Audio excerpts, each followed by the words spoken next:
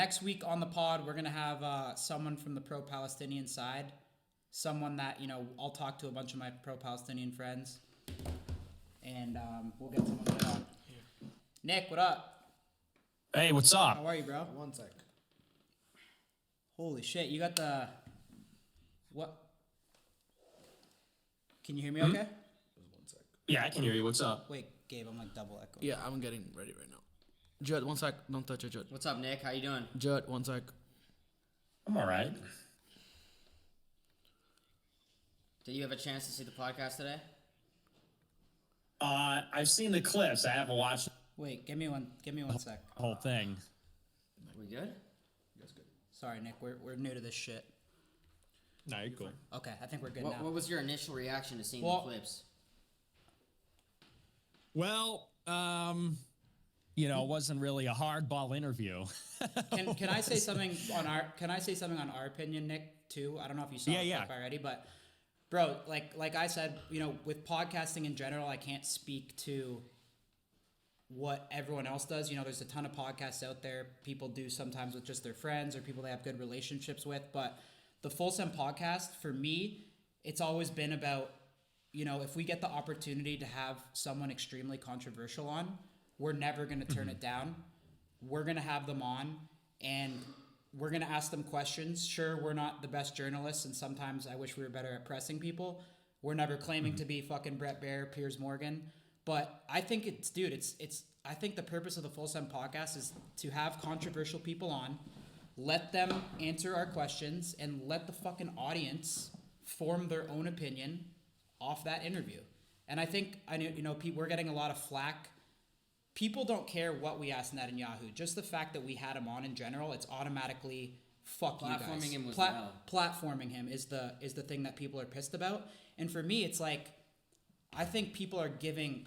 Sure, we have a strong platform, a diehard fan base, people love us, but I think people are not giving themselves enough credit. Our audience, sure, we have a young audience, we have that 18 to 30-year-old male demo on lock, but dude, our fans are fucking smart. And just because we have someone on a podcast and platform them doesn't mean that they're going to watch this person say oh my God, they're beside Nelk. I fucking love this person now. And I think this podcast, if you read the comments, is a perfect example of our audience is fucking smart, and we should be allowed to have controversial people on. They should be allowed to say their opinions, even if this guy is a fucking war criminal. That's what free speech is, and it's up to the audience to form their own opinions, and I think clearly they did. So that's my point of view on why we did this. But I would love to have you. That's valid. Yeah, I would love to go have ahead. you on, and obviously I've heard your name a lot. I don't know your stance on a ton of stuff. But I think Nick, it'd be you're good all for over. you to. You're all over my ex. I'm not on X too much. I'm all over your ass? No, you're my ex. Oh, X. Yeah. I said your ass. No. Who's your ex? No, bro, like Twitter. Oh, X, like Twitter. Okay. Yeah. You and Yeah. Candace Owens have seen a lot, but going off what Kyle said, go ahead. Yeah, well, and I get what you're saying. I sort of understand where you're coming from, but I think that people are being critical because, and look, I'm kind of in the same boat actually because I've been canceled, and people say the same thing about me. I'm sure you guys having me on the show, people say the same thing about me being on your stream as they do about Netanyahu being on your stream, which We're is gonna this get double platforming canceled question. now. We're gonna get double canceled by the other side. So Yeah, I mean literally. I but- want everyone to know we're fucking double canceling ourselves, and we're probably done after this. Yeah. Well, it's balance, but the reason people are being critical is because, of course, the state of Israel and Netanyahu are extremely unpopular with young people, and that is like their big political crisis. Is that for 100 years Israel's been super popular, maybe not 100 years, but for a very long time, and it's been like a sacrosanct thing. It's like foundational to their national security and also to our political order that everybody supports Israel. Ever since the war in Gaza started, that's totally been in reverse. And now it seems that the majority of people are against Israel and pro-Palestine, and even in particular, the right-wing people and the young people. Mm-hmm. And so I think, this is my, and again, I haven't seen the whole interview, but I think that people are being critical they see this as like a push by Netanyahu for public relations. He's going to come on your show to try to get all the young, conservative, frat guys, you know, all the masculine men, the manosphere types, streaming types to get back in the pocket of Israel. And I think they see you guys as basically doing PR for Israel, doing PR, doing damage control for Netanyahu. And I don't think that was maybe your intention. I don't think that's your goal. And I actually agree in principle, you should be able to hear people out. And I think that the reaction sort of vindicates what you're saying, which is, seems pretty unpopular. I mean, it seems pretty transparent. Netanyahu took the interview for that purpose. Of course. He's not going to take a hard interview with the journalist who's going to push back, who's actually going to interrogate him over the situation over there. He kind of cynically used the platform to take advantage in a certain way to do a form of damage control. And maybe that wasn't the intention, but I think that's how people see it. And you also have to keep in mind that, you know, you said before you brought me on that I'm canceled. You don't know a lot about me, that you think I hate Jewish people. I will say, you know, just for the record, I'm a live streamer. I do a talk show, okay? So I've never been convicted of a crime. I've never hurt anybody. I'm not a terrorist. I do a talk show. I do a live stream where I talk about politics. Netanyahu, on the other hand, is currently prosecuting a war and has been prosecuting a war for 20 years.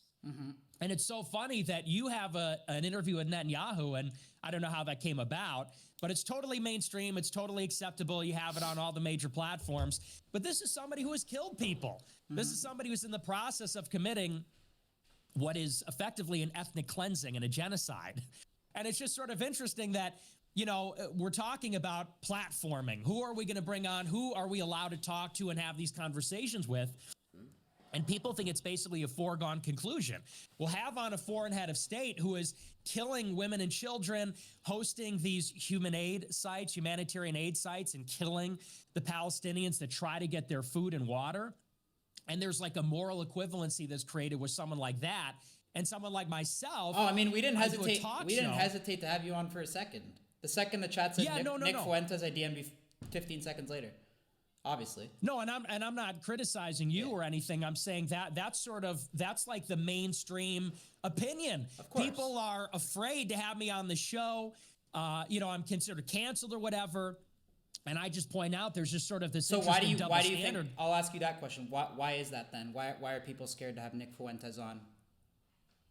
Well, I mean, that's sort of a tall order, but I mean, it's really a question of our whole political order. I think that you have to ask yourself, why are certain opinions considered beyond the pale? Certain opinions are considered too extreme or radical, and some aren't. I think it has everything to do with who has political power. And so, for example, I'll give you just one example. There was a bill that passed the House of Representatives this week. The vote was 422 to 6. So virtually every member of Congress voted in favor of the bill. Can you guess what it was? It was $500 million for missiles for Israel. Now, you think we just passed this extremely contentious bill, Trump's big, beautiful bill. It cuts Medicaid. It does a corporate tax cut. It does $150 billion for border. It was split down party lines, 50 in favor, 50 against. That's how everything is. Everything, the nominations, the major legislation, it's 50 in favor, 50 against. But when it comes to foreign aid to Israel, it's 420 to 6. It's everybody versus like a handful of people. And this speaks to the fact that our political order, our political system, the government, the mainstream media, they seem to be 99 to 1 basically in favor of supporting Israel, of supporting Holocaust museums, Holocaust Memorial Day, all this kind of stuff. And when it comes to almost anything else, it's whether it's giving people health care, whether it's closing the border.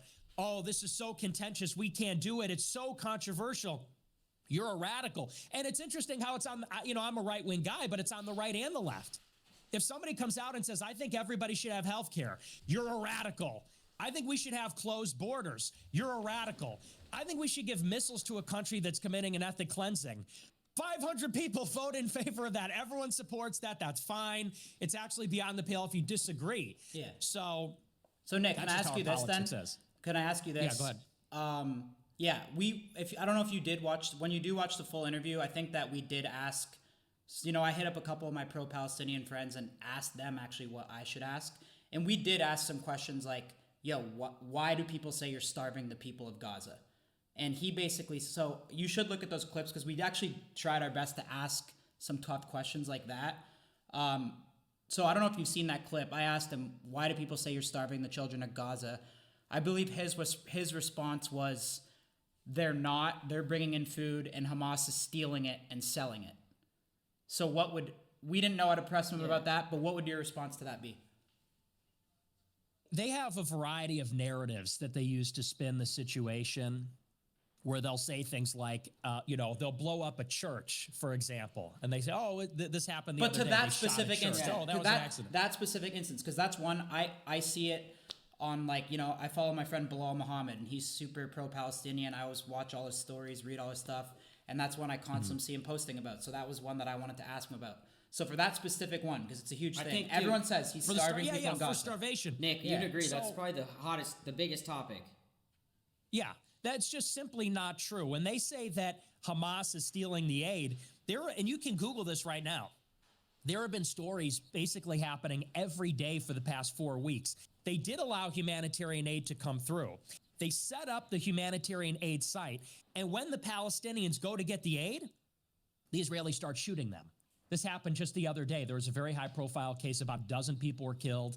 They set up the aid, and of course, the Palestinians flocked there because the Gaza Strip has been blockaded. Ever since the ceasefire deal fell apart, they had a ceasefire deal in January. It expired in March. They were supposed to negotiate a second phase of it, but they never did. When the ceasefire, the first phase of it expired, Israel reimposed its blockade. So that means no food, no water, no electricity, no medicine, nothing gets in. As a result, it's a forced famine. They can't get food. And Israel's destroyed all the infrastructure, too. They destroyed all the buildings, all the roads, all the schools, all the farmland, everything. And so the U.S. government, which is not really pro-Palestine, by the way, there's a lot of pro-Israel people in the government. You could argue they're almost running the foreign policy.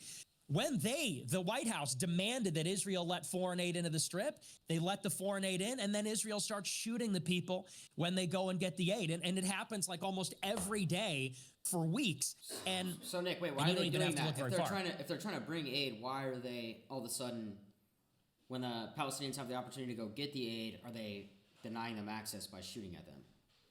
Israel doesn't want them to have the aid. The Europeans want the Palestinians to have aid. But so why are they bringing it in the beginning? I'm trying to understand. They're being forced by the U.S. and Europe because the U.S. and Europe are saying, because this is hurting our reputation. And the United States is a Christian nation. Even Donald Trump has a personal appeal saying, I don't want to see these people get slaughtered like this. You got to give us some leeway here. You got to let some aid in, which even I was surprised that he did that. The Israelis don't want them to have aid because the Israelis ultimately want all of them to leave. There's 2 million Palestinians living in Gaza, 2.1 million. And basically their goal since 2023, which was articulated in official government documents, was they want to get all of the Palestinians out. They want them to move to Libya, Ethiopia, Morocco, these other countries. And they're framing it like, well, we're going to let them leave voluntarily. But what they're doing on the other side is they're starving them, dehydrating them, blowing up their homes, so that basically they have no choice. So they say to the Palestinians, do you want to stay here in hell where you have no home to return to? It's all rubble. There's no food and water. Or you want to go move to Libya? And that's really their goal. So then, okay, so my question, because a lot of Netanyahu's responses, obviously, he referred to Hamas multiple times. Anytime we ask something regarding Gaza starvation, Hamas was the answer. What's Hamas's role then? What's actually going on with Hamas? Aside from the Palestinian people, how do you separate the two? Is the elected government of Gaza as of 2006. Israel used to occupy Gaza. They left. They held elections in Gaza, and the people there elected Hamas. Right. And in fairness, Hamas is not an organization, as a Christian, that I support. There are many leftists. There are many Muslims that support it. And I think, they have their reasons for it. As a Christian, I'm not the biggest fan. And there is sort of this symbiotic relationship between Israel and Hamas. Of course, Hamas carried out the attack on October 7, 2023. I'm sure he talked about that a lot as well, where Hamas came in to Israel. They invaded by hang gliders and motorbikes and boats, and they took hostages and they killed people, and they brought the hostages back into Gaza. And I think that is not excusable. I'm Catholic. We believe there are moral ways to conduct a war, and taking hostages and killing civilians is not one of those ways. Muslims will argue that the Palestinians are in such a desperate situation. The only way to fight an asymmetrical war is with tactics like that. I tend to disagree on moral grounds, but in any case, the reason that the Israelis blame Hamas is because they say, well, Hamas started it. Hamas carried out the first attack. But if you go back to October 7th, this is a big thing that Netanyahu's actually in trouble for in his home government. His own government wants to interrogate him because they believe that he let that attack happen. Israel is like an intelligence superpower. They're a spying superpower. And the people in Gaza, they don't have a lot of material. This is not a very advanced military. They don't have a standing army. They don't have really serious weapons or anything like that. And so there's this big question of how on October 7th does Israel, which is a nuclear-armed, spying intelligence superpower, how does it not see this coming? How is it not prepared? Israel has nuclear bombs, and Hamas has bottle rockets and fireworks. How do they, and it's, by the way, it's the most surveilled border in the whole world. It's not a very long border. Nick, so you think they knew about it and they let it happen in order to have an excuse to start the war? I think that, in my personal opinion, I think that Netanyahu effectively stood down. He allowed the attack to happen because there's no way they couldn't have known. They saw that Hamas was preparing for an attack like this. They saw that they were making exactly the types of preparations for the October 7th attack. They were warned in advance. There's been documents coming out ever since for the past 2 years that at the highest level, Israeli intelligence knew something was coming, exactly the kind of attack that happened. They knew when it was going to happen. They stood down. They allowed it to happen. And then as the Palestinians, as Hamas was fleeing back into Gaza, this is part of Israeli doctrine, the Israelis were shooting on their own people. There were homes that were exploded by Israeli tanks. And they say that's friendly fire. I would say they're trying to increase the kill count so that they can make it a bigger atrocity. That way they have a bigger claim to go to war against Hamas. I will tell you, we crazy. brought that up because I agree with you on that. And one thing that we did talk to Netanyahu on is, like you said, Gaza was sending rockets over. They get shot down by Israel, no problem, anytime.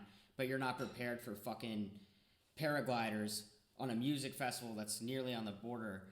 We asked him, I was like, how the hell does that happen? And I don't want to say he held himself accountable, but he did say, like, you're absolutely right. It should have been prevented.